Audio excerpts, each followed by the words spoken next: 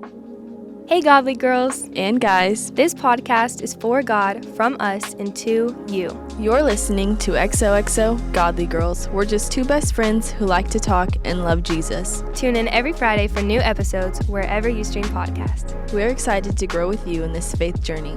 Are you ready? My name's Abby. I am 23. I'm married. I have a dog, no babies, just a lot of small group girls. And this is my best friend, Tori. I have two dogs. Their names are Peanut and Butter. I am not married, and I also have no babies. So I feel like we're all on solid ground. Okay. Anyways, so part of what me and Abby were wanting to do, I don't know if all of you listen. Like I said, it's kind of embarrassing I put a picture of us up there instead of just a QR code, but it's kind of cute also.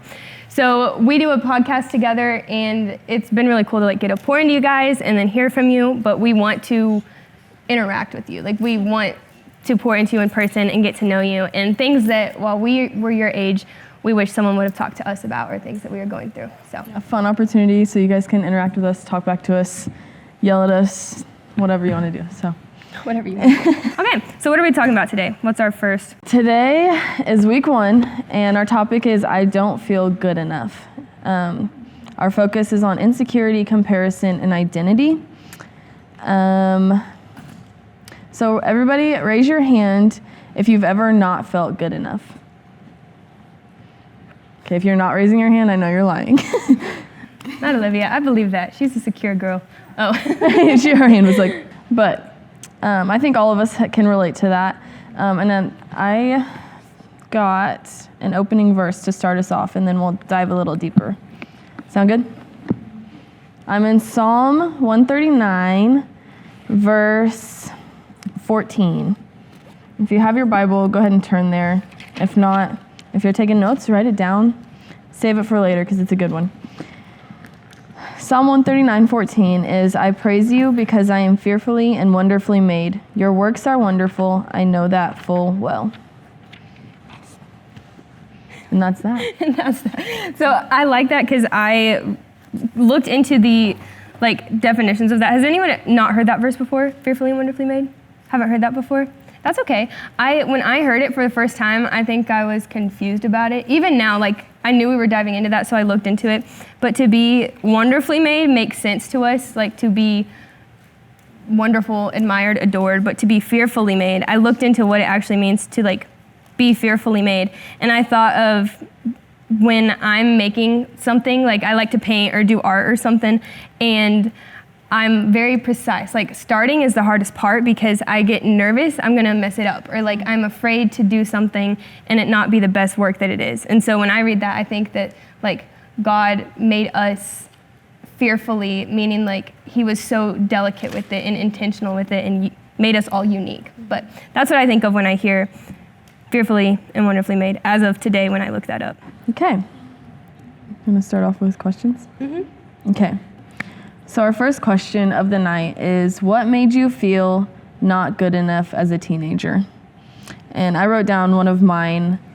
One of my biggest insecurities that made me not feel good enough was that I didn't feel like I had authority, that my words didn't matter, that nobody really cared about me, or I just didn't have any purpose in what I was doing. And so I was very insecure when I was in high school. I didn't really talk out as much. I didn't go be bold or anything just because I didn't think anyone else cared. Yeah, I would say that's mine now, but when I was in school, I think what things that made me feel not good enough is I'm looking out, and we got lots of sports girls, and I am so unathletic, so I would be so insecure that I wouldn't fit into certain friend groups, or just not feeling included, where I had certain friends that I so badly wanted to be their best friends, but I don't know. I'd say not feeling included, and also same thing with boys. If guys were interested in me, but it felt like it was always me or this girl, or me and other girls, and so it made me feel not good enough. Why not just me, I guess, if that makes sense. And acne, let's just be real. That my acne was so bad, so I didn't want to wake up. But anyways, yeah. Anybody in here, because not all of our struggles are the same, but what is something that makes you feel not good enough? Feeling tests.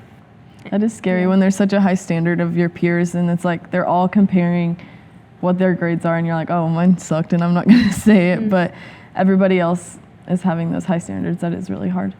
I also think when you're in school, that is the biggest thing. Like everyone, if your parents are on you about your grades, your teachers just make you feel like it's about your grades.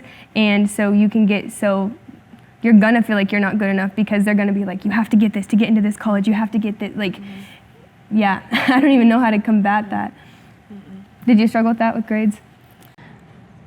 I always felt like I wasn't doing good enough because everybody had straight A's and I was like the A, B, sometimes C, and then always feeling English because I suck at speaking, or English in general. Like, I don't understand English, but anyways, I do get that just because everyone around me is always like, oh, I got 89%, and I'm over here like, I got a 70, and I'm still passing, so it's fine. But I think it's important to remember that grades don't define us, and grades aren't the most important thing. Whenever you go home at the end of the night, like, grades aren't the things keeping you up. Like, your family's there to support you, and we have to remember that. But it's also important to do good in school. I'm not saying it's go so and hard to find that balance. I literally, this is not good. Like, I had gotten to the point where I wrote on my binder, I was like, grades don't get me into heaven. Like, I was so tired. I was mad about it because I'm like, I would get so caught in where it did feel like it defined everything because it was like in my face all the time. And I had to remind myself, I'm going to stand before Jesus one day and he's not going to be like, pull out your report. You failed English? Yeah, like he's not going to. How are you going to talk to me? But I don't know. That's a hard balance to find. But like where I'm at now, no one has ever asked to see my grades from high school, ever. Still try hard because you're representing Christ in everything you do, but not to the point of like stressing and freaking out all the time because now that I'm out of it, I'm like, man, I spent so much time stressing about that when now nobody even talks about it. Yeah, nobody cares. Easier said than done. Much easier said than done. But anybody else? Sorry. Go ahead. No, you're good. I was just saying, I hope that helped. Yeah, did that help at all? She's like, not really. Did you have a passage on it that you want to talk about? I have a passage on this one. This one is in 1 Timothy 4:12. And this one kind of went off of my personal insecurity of not feeling good enough in who I am or what I say and do. And so in 1 Timothy 4:12, it says, don't let anyone look down on you because you are young, but set an example for the believers in speech, in conduct, in love, in faith, and in purity. And so to me, that just reminds me that no matter how old I am or how young I am, I'm always setting an example for Christ, and that is enough for my authority in my speech and how I should act and represent Him. So I should never go around feeling like I'm not good enough because right here it says, don't let anyone look down on you because you are young. So what you say and do is important. That's good. I feel like the because you're young one was really hard for me at first, and like pouring into you guys specifically, because when I first got like the position with youth, our freshmen had just graduated, and I'm like, who am I for them to like listen to anything that I have to say? And speaking is something that I'm definitely not very secure in, so that was something that I had found too, which I knew the story of Moses, but when you read in the book of Jeremiah, this is at the very beginning, so I want to read it to you guys. Jeremiah chapter 1 verse 8 says, or 5, my bad, says, before I found you in the womb, I knew you, and before you were born, I consecrated you. I appointed you a prophet of the nations. And then I said, meaning Jeremiah, then I said, ah, Lord God, behold, I do not know how to speak, for I am only a youth. Literally like what you had just said. But the Lord said to me, do not say, I'm only a youth, which is really funny to me to say in the first place, like I'm only a youth. But I am so young, for all to who I send you shall go. For whatever I command you, you shall speak. Do not be afraid of them, for I am with you to deliver you, declares the Lord. And I think do not be afraid of them is the biggest part of that, because my fear in like not being good enough is because it's the idea of what other people think, not even what's true or what God says. Yeah. But I thought that was good. So, do you have anything else on that? That was good. Do you guys do this, or is this is this not what we do? Is this embarrassing that we're doing it? Probably. Because we're so old. Don't let anyone look down on you because you're old. That's what me and Abby need to do. Our new translation. Okay, the next question that we have Oh wait, so that was what we compared, or what made us not feel good enough as a teen. But what are today's girls comparing themselves to? So not necessarily what doesn't make you feel good enough, but what do you feel like are the biggest things you find yourself comparing to other people? What do you guys feel like you compare yourselves to most? A person? I guess if you compare yourself to a thing, that's interesting. A person, place, or thing. I'm not as good as a that noun. I don't know. Anybody? Looks, yeah. That's a big one. That is a big one. That's where, like, when I said my acne was bad, I don't mean like, I mean it covered, felt like every inch of my body, definitely every inch of my face, and then like down to my shoulders at least. And that was all I could think about all day long, was every single person that I would look at, like, was their skin. I'm not even kidding, which sounds silly because it's just skin, but it wasn't. Whenever that's your biggest insecurity, or like body image, I went through an unhealthy season where I was very obsessed with that. And now I work out and I try to like guard myself and be cautious, because I know that that's a temptation to like see other people and want to be that way when my body is like, I should work to make it the best it can to look like me. I'm not built like everybody. Like, we're all made differently. And so that was something I had to come to. So looks is a big one. I think that's a big one for me too, my body image. In middle school, I was like, I always called myself the chunky girl, and I still call myself the chunky girl. But you're not. And I know I'm not now, but like, that's just like the mindset that I had. And so I did all these things to look more like everybody else around me. Whenever we're not supposed to look like everybody, if we all looked like everybody, that would just be confusing for everybody. But anyways, moment of vulnerability. I told Tori this yesterday. We were gonna wear our podcast suits that were on that picture, but not anymore. But because I didn't want to sit up here and be uncomfortable in what I'm wearing. Like right now I'm wearing something tight, and like I can tell my stomach is kind of bulging and I'm bloated and I feel uncomfortable. And so that's like my biggest insecurity right now. I compare myself to what everybody else looks like, and I hate how I look. I don't hate how I look. I just get uncomfortable and self-conscious in front of everybody else. So yeah, I think body image is a big one for a lot of people. Which sounds so silly when you hit like, I'm like, oh my gosh, but look at Abby. You guys might be thinking that too, but when it's you and like you look in the mirror and it's yourself, it's a lot harder than like if your best friend says they have those insecurities, it's so easy to be like, why in the world? But yeah. I feel that. What else? What are today's girls comparing themselves to? Body image, big one. I would say relationships is a big one that I hear a lot of you guys talk about. Like, there will be one really good relationship in high school, and then you feel like that's the standard, and you have to find that same like idea in high school, which is very rare. Like, it is not common to find the person you're going to be with forever when you're in high school. That and friendships. I think friendships is a big one for you guys too. Like, everyone wants to find their one person, their one friend. And it's so hard to find like your one true friendship whenever there's all these cliques and everybody's in these big groups. And I don't know. I feel like that's hard in general. And we were friends for a while, but we weren't like us until like senior year of high school. I feel like was so that like one friend might be with you right now, and you just don't know it yet. Like, you haven't. Never take for granted the friendships you have. Yeah, very true. That's a good one. I wrote down what today's girls are comparing themselves to most is social media. Does anyone get on social media and compare themselves a lot to others on there? I do. That's a big one for me. Yeah. What do you feel like? What are you comparing when you get on social media? I have friends that are like, their whole job is to be like fitness coaches. I have friends that, I think body image is a big one that plays into it as well. I'm comparing what other people look like on social media, and I think that's my biggest one is I see them and then I feel bad about myself. And then I think other people, they see how good of families are on social media and they're like, oh, why isn't my family like that? Or relationships or friendships, like, oh, they're hanging out and they didn't invite me. I think that's a big struggle when going on social media. Or even just activities. I think that's what gets me when I get on social media and I see people who have gone like to all these places and are doing all these things with their life, and I'm like, what the heck am I doing with my life?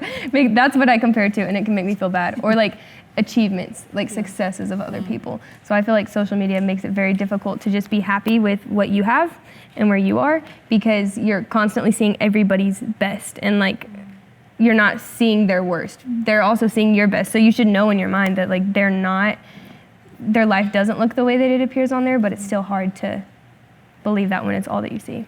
Yeah. That's good. Yeah. What's a way to combat that? To fight against like comparison and jealousy. I'll tell you how not to do it, because the first place in the Bible that we see jealousy is with Cain and Abel, and they're brothers, and one of them brought like a better sacrifice to the Lord, and the other brother was jealous and he killed him.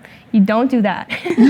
But Thou shalt not kill. Thou shalt not kill. But then I love, because then later Jesus comes and he says, like, if you hate your brother, you've committed murder in your heart. And I think it's because you might not act upon it, but jealousy and comparison ends up leading to hatred a lot of times, because when someone has something that you want and you don't have, then you just start to like hate them, which sounds horrible. So I think that's the biggest way to combat it, is to celebrate with people in their wins, or when they like are doing really well in their fitness journey or doing all these different things, to be like, I'm so proud of you, this is so awesome. Because if you don't talk positive, you're just gonna think the negative. How would you say you combat it? I personally had to like unfollow some people that I was comparing myself to, just because it was hard to get on there all the time and see these things like just popping up constantly, and it's like, oh, I just feel bad about myself. Or Tori and I have put a screen time on our phones to where we have 20 minutes a day to be on social media, all platforms, and it's like after those 20 minutes, I know we're not on it. So it's not like we're doom scrolling on our phones, just taking in all these things and like feeling worse and worse about ourselves. Like we have those 20 minutes, we have our jobs, like for the podcast, Tori has to post all these things for social media, and it takes up 20 minutes a day. My job, my job is the social media here at church. It takes up the 20 minutes, and then it's like, it's over, and it's like, I don't have to worry about getting on there and feeling bad about myself later. That's what makes me hate myself, doom scrolling, truly. Yeah. But, and when we say we have each other, I told some of you this before, but when we say we like blocked our screen time, only Abby knows the password to my screen time. And only I know the password to hers. So like we can't go past that 20 minutes. We can't say, yeah, ignore for 15 minutes or this, because it's so easy to. Like whenever we did it before, it was like, oh, I'm back on it. And so even if you don't struggle with like comparison or longing for other things when you're on social media, you can still doom scroll and then end up hating yourself after. Like, I know that's kind of off the topic of where we're going, but when I hear of not feeling good enough, the times when I feel the least good about myself is when I feel like I've wasted so much time. Like when I've wasted a whole day and just like scrolled it away. By the end of the day, I'm like, I'm worthless, I'm pointless, like I did nothing. And so that is something I would say, watch your screen time, because it's not just the things that like you're seeing, but the time that you're wasting can really feed into how you feel about yourself. Yeah. Yeah. That's so true. Yeah. Any questions, comments, concerns? You wanna hand me my phone really quickly? I don't know if anyone sent any questions on there either. But if you have questions, you can ask. We did have one question. Okay, it says, can we talk about how to space yourself from toxic relationships, especially when you see that person every day? That's a good question. Oh, but like with not feeling good enough, that when I said boys, at the beginning of mine, that's because the boy who like I tried to create space with, and then we're like, oh, we'll just be friends. And then we're like, just kidding. Like it was so back and forth, and I saw that person every single day. That was one of the things that made me feel not good enough the most, because I'd see him with other people, or I would like, I don't know. So I totally get that. Do you have advice on that, Ab? Oh, with a girl, with like a friend? Yeah. Okay. I think. Sorry, I don't want like the person to nod and then everyone know who it is. So I. Yeah. Well, we've had that with friends too, though. I was going to say, that's even been like in our friendship. Yeah. We've had moments where it's like, it became this, I don't know, it just wasn't good for us to be around each other all the time. And so we had to talk about it and create healthy boundaries of like, this is what works for our friendship and this is how it should be. I think If it is a healthy relationship, you should talk to them and create healthy boundaries within that. Maybe like, hey, if we are together all the time and we have to be together, maybe let's start our day with a quiet time and just separate for a little bit, if that makes sense. Yeah, man. Well, that does change things a bit, because I remember, like, there was seriously a year in mine and Abby's life where there was just, every time we go in the room, there was this like weird tension together. And we had like every single class together because when we were friends, we like put our schedules like that. And so we would walk into the room and like sometimes try to like joke and stuff, and it felt so uncomfortable. Everyone was like, this is awkward for them too. And we just had this, again, like that hatred in your heart that like, even if you're not talking about it, you can just feel it. Yeah. And it wasn't until we talked about it, like really, really talked about it. Not, are you good? Yeah, I'm good.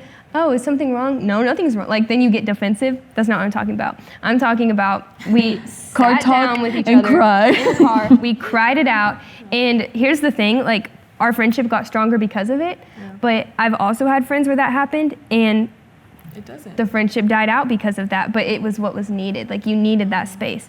And so I would say that's the biggest thing is whoever sent that, you got to talk to that person. If you're not talking to them and you're just continuing to let the tension build and like being angry at each other, but not knowing why the other person's angry, or not even angry, maybe they're just not the best influence for you in your life. Jesus may have put you in their life for a season to like be a light, but now not. My mom has something to say, her hands in the air. So what is your advice? Did she send the question? If it is somebody that's toxic, that you know you probably shouldn't be hanging out with. Yeah. So how would you answer it that way? That's where I'm saying, like, I'd still talk about it, because we had to do that with some other friends and it died out because of that. But if not, then they're gonna hold this like weird tension and this grudge, and every time you see each other in a room or anywhere, it's gonna just feel so weird instead of having a resolution. It's the same thing if you have a breakup with a guy, and then like imagine you're just like, okay, that's it, that's done, and then like whatever, and you don't explain to each other like, this is why this relationship didn't work out, or was like some of the problems here. There's always gonna be that like lack of closure, I feel like. So I would say that too. If it's a toxic friendship, you gotta talk to them, and it's not gonna be comfortable. It is not gonna be comfortable. And then maybe just telling them like, hey, I'm not ready to talk about this right now, but we need to create some distance because I'm not in a healthy space in this friendship. Like, be willing to take that on yourself and be like, this is not healthy for me right now. I need space. And if you don't feel like explaining yourself, you don't have to right then. Like, take time to process it and just let them know. But that way, it's not always gonna be that weird, awkward tension. Yeah, I'm gonna make sure I answered that right, because I don't even remember what the original question was. Yeah. Space yourself from toxic relationships, especially, relationships. If you have a bunch of people in your life and you feel like it's your whole friend group, you may have to be set apart. Yeah, you're called to be different. And I think it's important to evaluate your circle. It's easy to get into friendships and groups that aren't good for you, and we're called to be set apart. We're not called to sit with the people that are sinning while they're sinning. We're called to lead and love, but not, like, it's so much easier for those people to change you than one person to change a whole group, if that makes sense. Yeah. But it's okay to make distance and not be super close with all of them, but still love them. Yeah. Not a whole friend group needs your explanation. If you feel like it's your whole friend group, then it might be like you got into a friend group really young and that was just who you grew up with, and now you feel yourself parting, and that's okay too, because I had a different friend group before I got super close with Abby, and they started going in a different direction than me, and I had to make a decision like, you know what, I don't know that they're inviting me to everything. Am I inviting myself for the things they're doing I don't want to be doing? So I had to walk the other way, which was hard, but necessary. Yeah. Here's another one. This is still kind of going off of our topic, which I love. What do I do when I don't fit in with anyone in my school because I have different interests and personality? I say don't conform to the people around you. Always be yourself. But that doesn't make it any easier because everybody's so different around you. I was the person growing up until 6th grade. I went to the same school. Nobody really knew me because I was always the quiet, shy girl who was like, I'm not talking to anybody. Till Tori came along and turned me into a weirdo, and here I am. But I think it's important to always stay true to yourself and not conform to people around you, but always be open to opportunities, not bad things, obviously, but be open. Like, if someone wants to go play volleyball on a Friday night, like, go play, or have a game night, have a movie night. Go experience things that are good for you. Yeah. Guys, I was so confused when I moved to Lebanon. and like, you had been there a while, but I had just come in, and I came from Gasconade, where there were like 5 kids my age. So when I came to Lebanon and I realized like people dress certain ways, and there were like, that just wasn't a thing when I was growing up. And so I kid you not, like, I was so confused about everything. I was wearing like an Under Armour headband, cowgirl boots, jean shirt. Like, I had every aesthetic because I just wanted to like fit in with someone so badly. Like, I just wanted to be. You're picking out of each person. I'm like, a little bit of this, a little bit of that. Like, I just wanted friends so bad, and I created my own little lonely category. See, this is why you don't conform. But that's a good lesson, because I look back and I'm so embarrassed. I'm like, who was I? Like, you know that's true, Mom. What was I wearing? I had an Aeropostale shirt, like, representing the brand. Mom let me dress myself since preschool. Like, appreciate it, but a lot learned.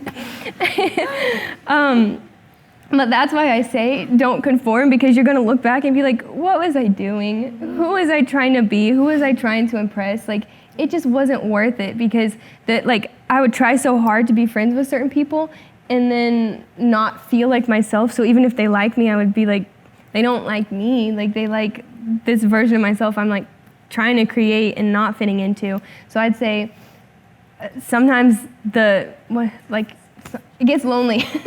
Sometimes it does, whenever you feel so different and set apart. But me and Abby, we've grown to have some similar interests, but we don't have the same really hobbies and stuff. Like, in school, you were in same cheer, talents. you did different things. I don't sing, you sing. I was in the artsy, like, all of this different stuff, but then God still made us, like, our paths align, and we became best friends. So just because you don't have the same interests with someone doesn't mean you can't have a great relationship with them. Yeah. But that's what I would say. Look for character more than you do, like... Oh, I got a verse on this. Give it to us. My verse is 1 Samuel 16:7, and it's just the last part of it. It says, people look at the outward appearance, but the Lord looks at the heart. Period. Because I think a lot of times when we think you don't fit in with people, it's because you're not a certain aesthetic. Like, it's very cliquey and different, yeah. And it makes me sad, because we had a girl who I really miss, and she defined it as she didn't feel like she could be a Christian because she didn't fit this, like, Christian look that all of the girls at church had. And it's like, we're supposed to be one body. Yeah, one body and different, and we don't all have to dress the same or have the same hobbies or interests. But I just say, like, in middle school, I kind of felt that way, where, like, my friends that I was friends with, they weren't good people. Like, we didn't have similar interests. You will find your people. And you got to be open to it, too. Yeah. Got to be open to other people, not just... Tori and I can't even explain that we didn't talk to anybody else, and that was probably for the bad. Good. But you have to be open to experiencing new friendships and seeing other people. But that was good, Ashlyn. Thank you. Good. And sometimes it's not, like, you might not find that in high school. Like, part of what I struggle with in not the friendship aspect, but the relationship aspect, is I feel like no guy in Lebanon, Missouri has any of the same interests as I do. Like, I really don't. So it might not just be in high school. Like, it may be out in the horizon where you find a really good relationship or friend with someone, because maybe college and maybe your job. Like, there's a big world out there. Yeah. That's good. Most important thing to have in common, Jesus. And look at all of us in here. So, oh wait, we'll go to this one really quick.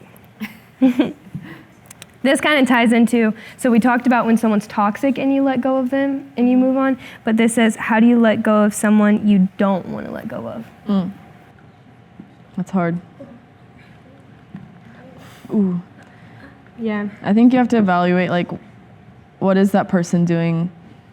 Like, why are they toxic? Like, what's going on in the relationship? And are they hurting your mental health? Are they hurting you? Are they hurting others around you? And if the answer is yes, it's time to let go. You shouldn't cling on to things that are not making you better and making you grow as a person.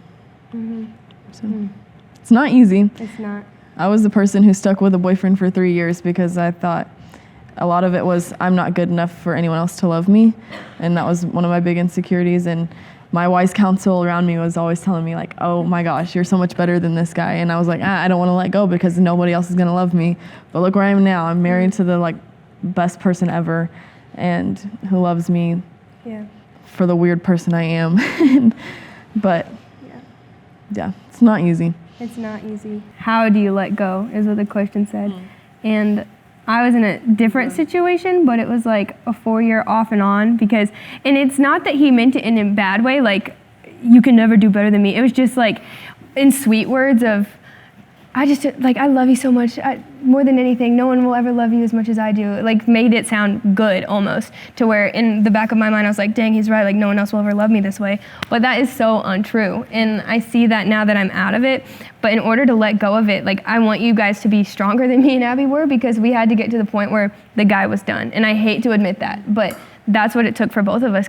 And that's why tonight, like we started with I don't feel good enough, or when you don't feel good enough, because that was the whole reason we were in those relationships for as long as we were, because we didn't feel good enough to walk away from them. We didn't feel good enough to end them. We didn't feel good enough to like be loved by somebody else. And so I think the root of it is the things that we're saying, don't just take it as like, oh, they're talking about like worth again, or like know your worth, blah, blah, blah, blah. We talk about it so much because it's like the most important thing aside from the blood and resurrection of Jesus that changed my life. When I didn't know what I deserved, then I would just keep going back to the thing that I didn't think I could do better than. So how do you let go as you realize you deserve better than that? And you run. You run. You don't just let go, you run. You run. Get out of that.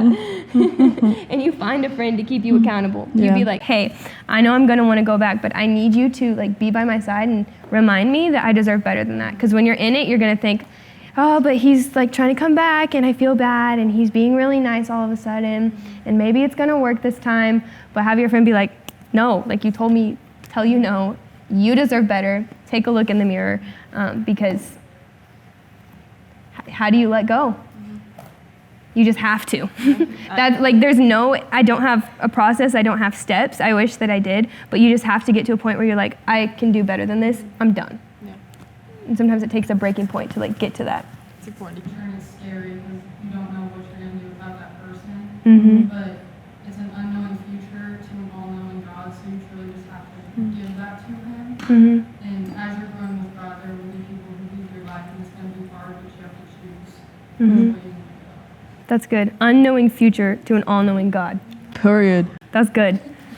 That's good. Clock it. Sorry, we had the students teach us this, and now we just can't stop doing it. But no, that was really good, because the fear of the future and the unknown is so scary until you get there. And you got to get a while on the other side of it, because the whole first year without this boy, I was still like, maybe. No.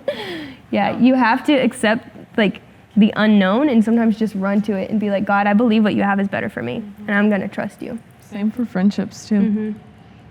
It's not easy to leave an unhealthy friendship, but it's crucial. Okay. How do you know if someone really loves you? How do you know? You go first. You're married. Dang it. Let me think about it. Hold on. How do you know if someone truly loves you? I think they always want your best interests. They always want to see you grow as a person, grow closer to God, and they love you for the things you do. They don't always do the same thing, have the same interests, but they encourage you to go have the friends that are good for you, do the things that are good for you, and will always stick beside you no matter what. And they're weird, and they're goofy, and they in your way, and they love who you are as a person. I think that way in a relationship and in a friendship, because your friend is always going to give you wise counsel and want what's best for you no matter what. I think that's important. How do you know they love you if they love you? Like I said earlier, when I was trying to fit into every category on planet Earth, like everyone could say they love me because they're getting like a small glimpse of someone that I'm not, who's trying to impress them. If you're like fully 100% yourself with someone and they don't make fun of you or judge you for that, like that's something that in the relationship, he just made me feel like embarrassed, I guess, of myself if I would be goofy or just, I don't know, myself. He'd be like, oh, that's cringy or something. I'm like, that's just my face. Like, I don't even know what you want me to do about it. But if you don't feel like you can be completely and fully you, then you're never gonna know if they love you. You're always gonna be in your head wondering, like, do they like me? You'll know if they like you real quick if you're actually yourself. And I think best interest is also important because I may not be in a relationship, but I have people who love me. I have like 2 of them in this room right now, my mom and Abby. And sometimes they tell me hard truths that I don't want to hear, but that's how I know they love me. Like, yeah, Tora, that's probably not the like best decision, or you're not like doing something right. I don't know. We just sound mean. You're not doing that right. Doing that right. No, they're not mean, but they aren't afraid to tell me the hard truths, even if it might hurt my feelings. Like, not that they're intentionally trying to hurt my feelings, and I know that because I know they love me. So when they say it, I hear it with love, and I'm like, yeah, you're right. That might not be representing Christ the best, or that might not be, like, that's not something that I should be proud of. Yeah. Your best interest, and you can be yourself. You, just like you wouldn't give your best friend bad advice because you love that person. You want that person to do what's best for them and what's best for the situation. Your best friends, your boyfriends, your parents, your loved ones, they won't give you bad advice and tell you to do things that are going to hurt you or other people because they know that's not a good idea for you.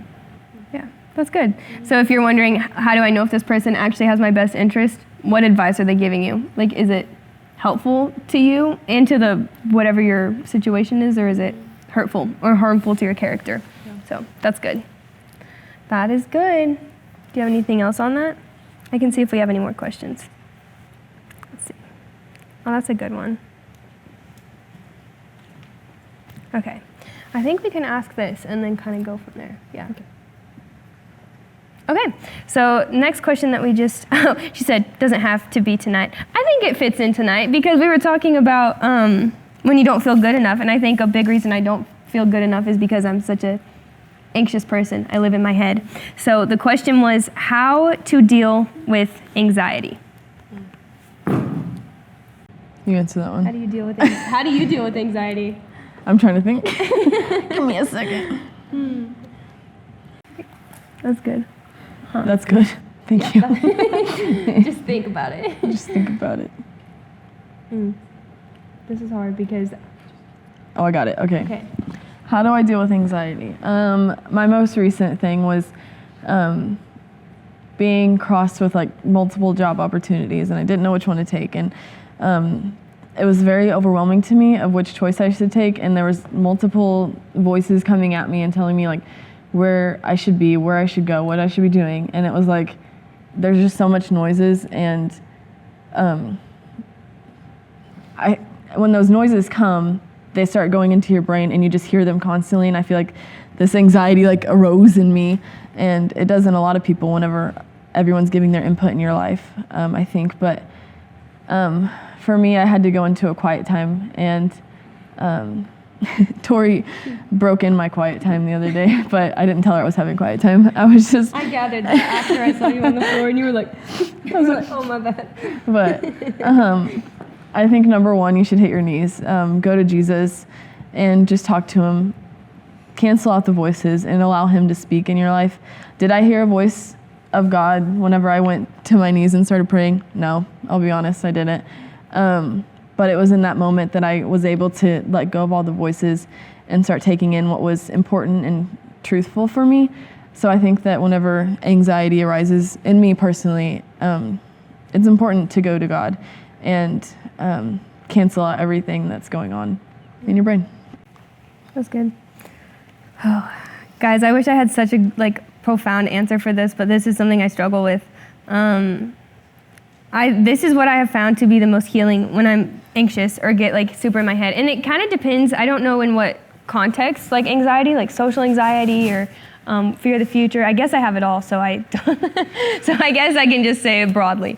But when I get anxious, I think the best way for me to overcome it is to run in it. Run to it, not away from it, because then I realize how irrelevant the fear was that ate my mind alive. Like I said, public speaking in general, I didn't feel like I had the voice for it. I was terrified for it. In school, I would break out in hives and like go to the bathroom and cry. Like the fact that I'm up here, I just never ever would have thought.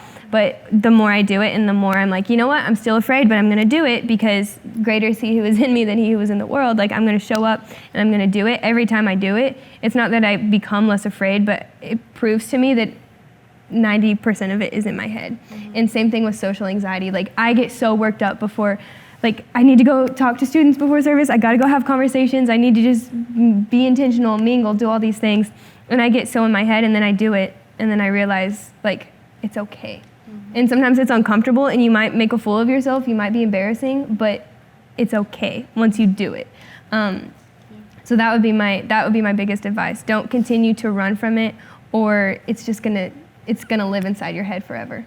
Yeah. Yep. Once you face it, you realize that Wasn't that big?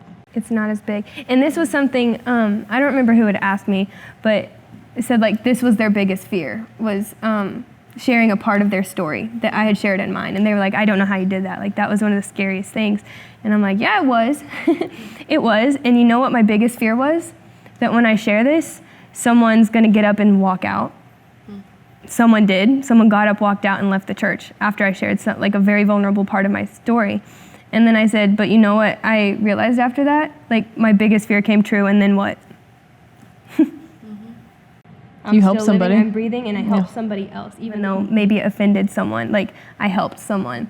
And so sometimes that anxiety, most of the time, it's not even gonna come true, the things that you're telling yourself in your head. But then if it does come true, you get to be like, well, it came true. And now what? Like there's a beauty in like your biggest fear happening, because then you realize you can conquer other things. Like another one of my biggest fears was losing my grandpa. I thought if he dies, I die. like I just can't do life without him. And then he died, and I woke up the next morning and I was still breathing. And so I realized that like that was another one of my biggest fears, and God gave me another day, and I learned how to do life without him. So yeah. That's good. Yeah. Hopefully that helped. I think we're about out of time, but we'll still be hanging out here for a bit. So at 7:30, service is technically over, or group time. I'll be hanging out making coffees and stuff. I'll put this back up on here, or if you guys have questions for the next couple of weeks, we would love to talk about the things you guys want to talk about. But to close us out, I do like this idea. You want to ask it? Yeah, okay. Last question of the night. Why is it easier to believe that God made others with purpose and not me, or not you? You want me to answer that? Go for it. Okay, so I wrote down some key points of why it's easier to believe that other people have more purpose than me. Self-criticism is a big one. Again, going back to my initial thing of I don't have enough authority. My words aren't good enough. I'm not good enough for this. So criticizing myself. Comparison is a big one, like we talked about earlier. I'm not going to do as good as that person did, or I'm not going to fulfill the standard, you know? And so another one is past experiences. For me, it was a bad relationship that I was in, and I thought, oh, God can't use me because I was in that relationship, and or God can't use that story for good. Or I alert to nothing, so I'm just going to keep living in my past sins when you don't have to. And you have purpose. Another one is spiritual doubts. I don't really have a note on that, but Spiritual doubts, like when you doubt stuff spiritually, or when you don't feel like you know enough? I think when you don't know enough. Yeah. Yeah. I think it's easy to not understand that you can be used by God even though you don't know everything about the Bible. And then unrecognition of personal growth. I think it was hard a long time for me to step out and be bold with talking to my girls or talking to other people because I was like, I haven't grown past my past sins, and I'm still like in the past whenever I had to understand that I'm new, free, redeemed, and I have a future and I have a purpose of how God wanted to use me and my past by not living in it, but sharing the good news of Him. So, yeah. That's good. That's good. I think mine is just all of that summed up too. Why is it easier to believe God made others with purpose and not you, or made others good enough and not you? I think it's because you're stuck with you, and that goes back to anxiety, which was the last question that we read. You, like you know your deepest, darkest sins that nobody else knows except for God, like that you've never shared with anyone. You know the thoughts that you have that other people can't read. You know your past, you know your present, you know the lies that people have told you or the way that people have spoken down on you. Like all of that lives inside of you. You are constantly stuck with you. But then I was thinking, like I started off in the book of Jeremiah, and the beauty of it is like you, and the only person who knows you better than you is the one who made you. So you might know you, but God knows you. And so when Jeremiah says like, I'm too young, I can't speak, or when Moses in Genesis is like, Lord, who am I? I have a stuttering problem. Or when David, after he thought he was all that and he was called, and then he made some real big mistakes, messed up, fell deep into sin. God knew that even when he called him, he was going to fall short and mess up and make mistakes. So even though you know you, God knows you. And I think that's what it comes down to is, yes, it's easier for me to see the worth in other people because I don't know every part of them like I know every part of me. But I have to come to the realization that like if God called me to something, there's a reason for it because he knows that through him, it can be made possible. So yeah, I had a note at the bottom that said, all that God has to use are broken people. So like, of course he would use me because I'm as broken as the next person. Like no one's perfect except for Jesus himself, so. Hey everyone, thank you so much for tuning in to our first ever live podcast. If you want to participate in the coming weeks, find us on Instagram and send us any of the questions that you might have. Share this episode with a friend who it could help. And with that being said, XOXO, Godly Girls.